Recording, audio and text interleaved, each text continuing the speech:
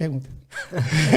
De quando você tinha 17 anos lá, foi 17? Não, 20, acho que eu tinha 19 ou 20. Tá. E aí você foi se consultar de novo, né? E aí eu tive a consulta no hospital universitário, tudo de graça e tal, e tive contato. O primeiro medicamento é um medicamento de primeira linha, né? São os neuroestimulantes. No Brasil nós temos dois principais, né? Que é a lisdexanfetamina, que é o Venvance, e a metilfenidato, que é a Ritalina e o Concerta. E tem o metilfenidato genérico também, tá? Cara, a minha primeira experiência com a Ritalina não foi boa. Não foi boa? Não foi boa porque eu não senti nada. Pra mim foi um placebinho, porque eu tomei aquela de 10. Tipo assim, vou estudar aqui, vou prestar atenção no cursinho. Tomei a de 10 e nothing happens. Continuo me lascando aqui, nada acontece. Aí, cara, eu tive contato, aí depois de um tempo, voltei lá na consulta, né? Eu não sei se foi com o mesmo médico ou foi com uma outra médica. Meses depois. Eu acho que eu fui nessa outra médica, na doutora Candice Coelho. Eu fui nela porque o doutor lá, o primeiro, ele era muito ocupado e ele demorar muito, eu encontrei essa outra aí que era boa também. Aí ela falou assim, não, a gente fez uma anamnese lá, a anamnese é quando você analisa sua vida pregressa, né? O que aconteceu até o Yuri de 20 anos? O que tinha acontecido até ali? Não, vou passar outra coisa pra você. Você precisa de uma coisa mais forte, mais duradoura. Aí ela passou pra mim o Concerta. O Concerta também é o mesmo composto químico, metilfenidato, mas ele tem uma dosagem, acho que era 5 vezes maior, e longa duração, dura 8 horas, até mais. Cara, quando eu tomei o Concerta, 54 miligramas, 5 vezes mais que a Ritalina e tudo, cara, foi uma sensação, não é do remédio, tá? Atenção que eu vou falar. Uma sensação maravilhosa. Não é que o remédio me causou isso. Não é pra você sair comprando esses negócios, não. Se não tiver necessidade. O que eu tô falando? A sensação, essa sensação que eu tô tendo aqui. Isso aqui, quase certeza que isso aqui é um noise cancelling, né? Tipo, tem um pouco. Ele cancela o som exterior. Eu tô muito aqui conectado na conversa. Cara, é quase como se fosse um abafador natural. Eu tinha tanta bagunça, tanto barulho na minha cabeça, cara, que na hora que eu ia abrir o livro, eu pensava assim, pô, tô abrindo o livro, ai, cara, podia estar fazendo aquela tarefa de artes, é mais fácil, né? Vamos pra artes, vamos fazer artes. Porra, o que é mais importante, estudar matemática ou artes pra prova do vestibular? Matemática, pô. Aí eu corria pra fazer artes, e aí depois eu gastava minha energia com artes, depois eu voltava pra matemática, eu tava cansado. Eu só fazia esse tipo de besteira, assim, ao longo do dia. Cara, quando eu sentei ali, eu simplesmente olhei, a minha voz mental não pediu para que eu mudasse, não inventou conversa temporariamente, vou explicar. Não inventou conversa do levantar água, não inventou conversa de ir no banheiro 10 vezes. Eu simplesmente abri, isso aqui? Não, vamos lá, vamos começar. E quando eu vi, cara, o meu ritmo de estudo, que era de 20 minutos por dia, é o que eu consegui estudar, foi para 2 horas e meia. Aí eu falei, mas 2 horas e meia para um vestibulando estuda 6, sei lá, entendeu? Cara, 2 horas e meia para um TDAH estudar, cara.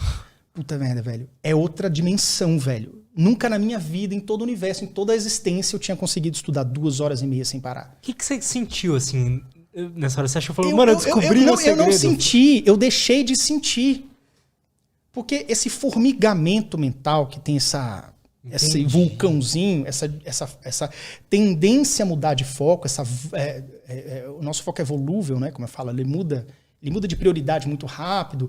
Os estímulos que vão passando, eles vão chamando a nossa atenção, pescando a nossa atenção com muita rapidez. Isso começou a parar de existir, parar de acontecer. Diminuir. Mas eu fiquei tão maravilhado com a sensação que eu falei assim, caraca, velho, meu Deus, velho. Aos 20 anos eu tive a sensação próxima do que é um estudante neurotípico. Uma pessoa normal. Pessoa normal, neurotípica, se eu falar normal, você tá dizendo que TDAH normal? Não tô falando isso. Tô falando, pô, cara, parece. Tô falando que neurotípico. Comum, padrãozinho, média. Então o que acontece? Essa é a sensação, cara. É do tipo assim, caraca, então isso. Eu nunca tinha sentido isso, cara. Lembra um videozinho viralizou aí de um bebezinho de colo que botou um fone de ouvido, um aparelhinho que ouviu pela primeira vez o som da mãe? Pô, esse vídeo, milhões de acessos. Então o que acontece? Filmaram a reação, o menino não sabe nem falar, menino de 1 ano, tava chorando e tal, botaram o ouvido assim, a mãe começou, oi, tudo bom, não sei o que, menino. Essa sensação de, caraca, mundo real, pessoas falando, tipo, essa sensação de, pela primeira vez, acontecendo com você. Agora, atenção. Se você é neurotípico, se você é padrão, normal, se você não precisa do medicamento, não existem estudos, na verdade, existem estudos que não demonstram eficácia para pessoas que não têm o TDAH corretamente diagnosticado. Não te dá um superpoder. Não dá superpoder, velho. E TDAH não é superpoder, a gente vai falar sobre isso daqui a pouco. Não dá superpoder. Então, é complicado isso, porque muitas pessoas recorrem a medicamentos psicoestimulantes para conseguir performar melhor em prova. Então, a gente em 2020, no iniciozinho da pandemia, a gente enfrentou uma escassez gigante de Ritalina, por exemplo. Gigante mesmo, não tinha no Brasil. Chegava lá, você acabava rápido. E boa parte das pessoas que compravam, os caras conseguia receita falsa, contrabando, não sei o quê, e pegava. Cara, é um medicamento que, velho, não tem nada de superpoder, brother.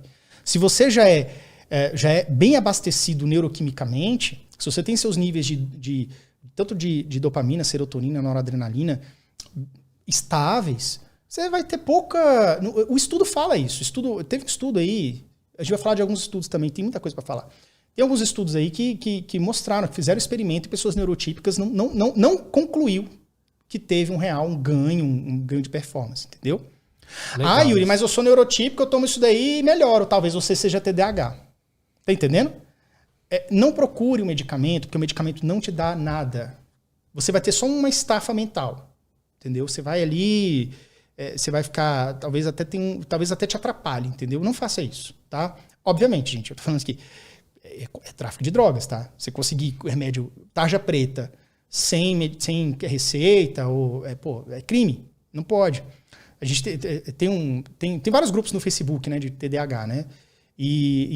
Alguns deles eu conheço, os moderadores, os caras passam o dia inteiro deletando post dos caras assim, vende Ritalina, não sei o quê. Pô, velho, é crime, brother, é tráfico, velho. Isso aí é receita específica, receitinha amarela que você vai lá e compra.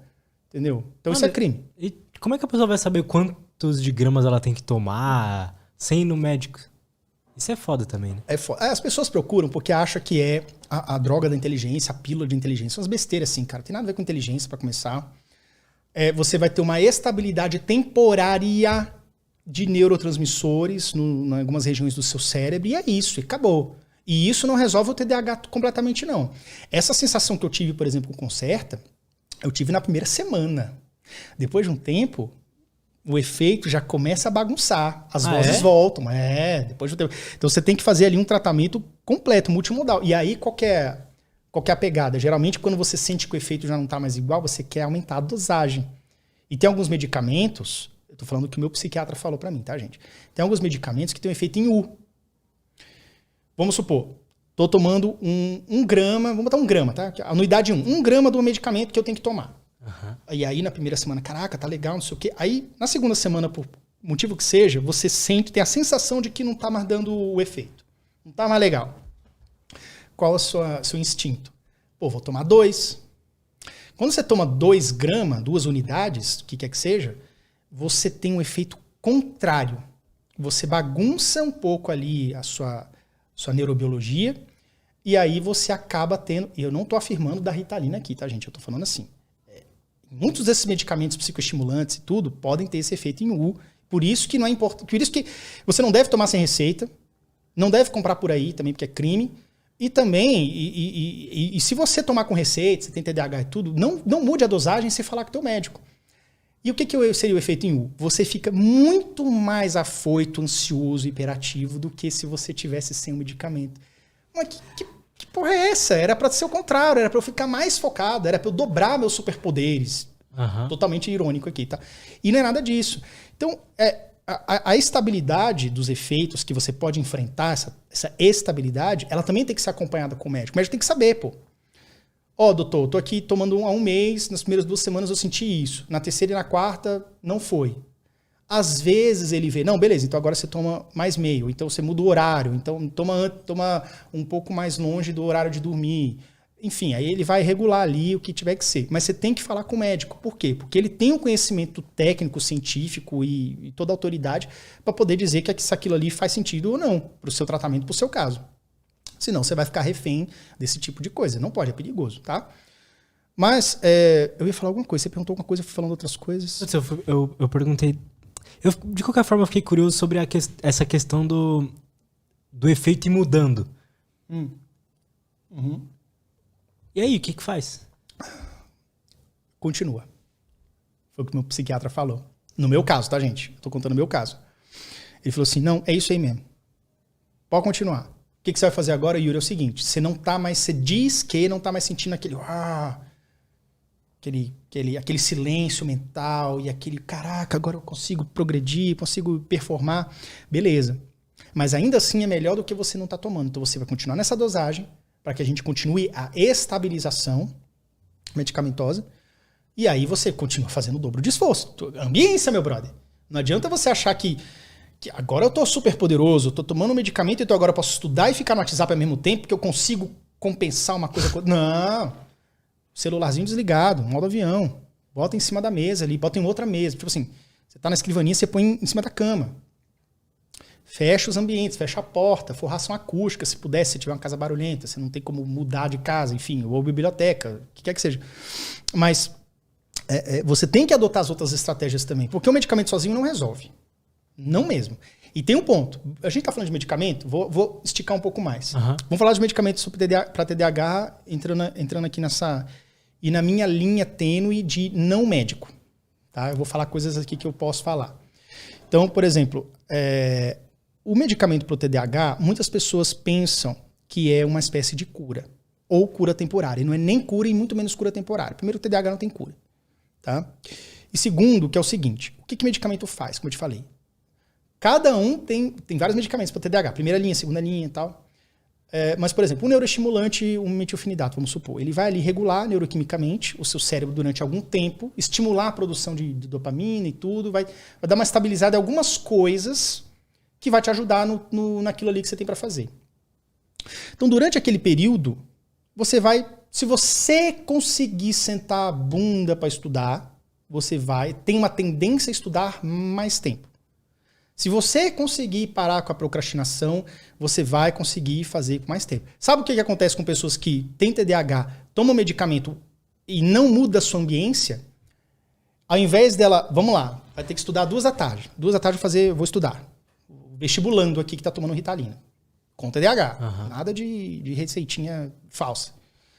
Aí o cara, ele toma a Ritalina e fala, não, beleza, quando der 2 da tarde, eu vou assistir um Netflix aqui, quando der 2 da tarde eu vou parar e vou abrir o livro e vou estudar. Aí o cara, ele na verdade, ao invés dele estudar com afinco, ele fica hiper focado no seriado. E as pessoas, e isso inclusive é uma coisa assim, o TDAH, ele não é um transtorno estudantil. Ele é um transtorno da vida, cara. Tudo que você faz, ele está sendo afetado diretamente pelo TDAH em algum nível. Então, o que acontece?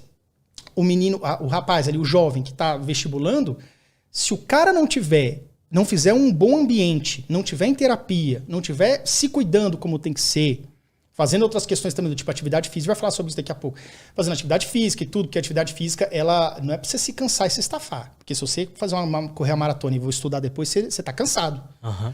Mas a atividade física constante, e a atividade física pode ser você ir na padaria todo dia comprar o seu pão às 17 horas, aquelas 40 minutos de caminhada, 20 para ir, 20 para voltar da padaria, aquilo ali já ajuda a regular os teus hormônios, melhora o sono e tal, que também é zoado, com que TDAH costuma ser zoado. Então isso tudo aí faz parte do tratamento. Então, se você não mudar a sua ambiência, você não vai conseguir performar. O remédio não dá, não faz milagre nenhum. É aquilo que eu falei. Se você não mudar você e você tomar Ritalina, você vai ser um excelente procrastinador. E não um excelente estudante. Interessante isso. Você vai procrastinar como ninguém.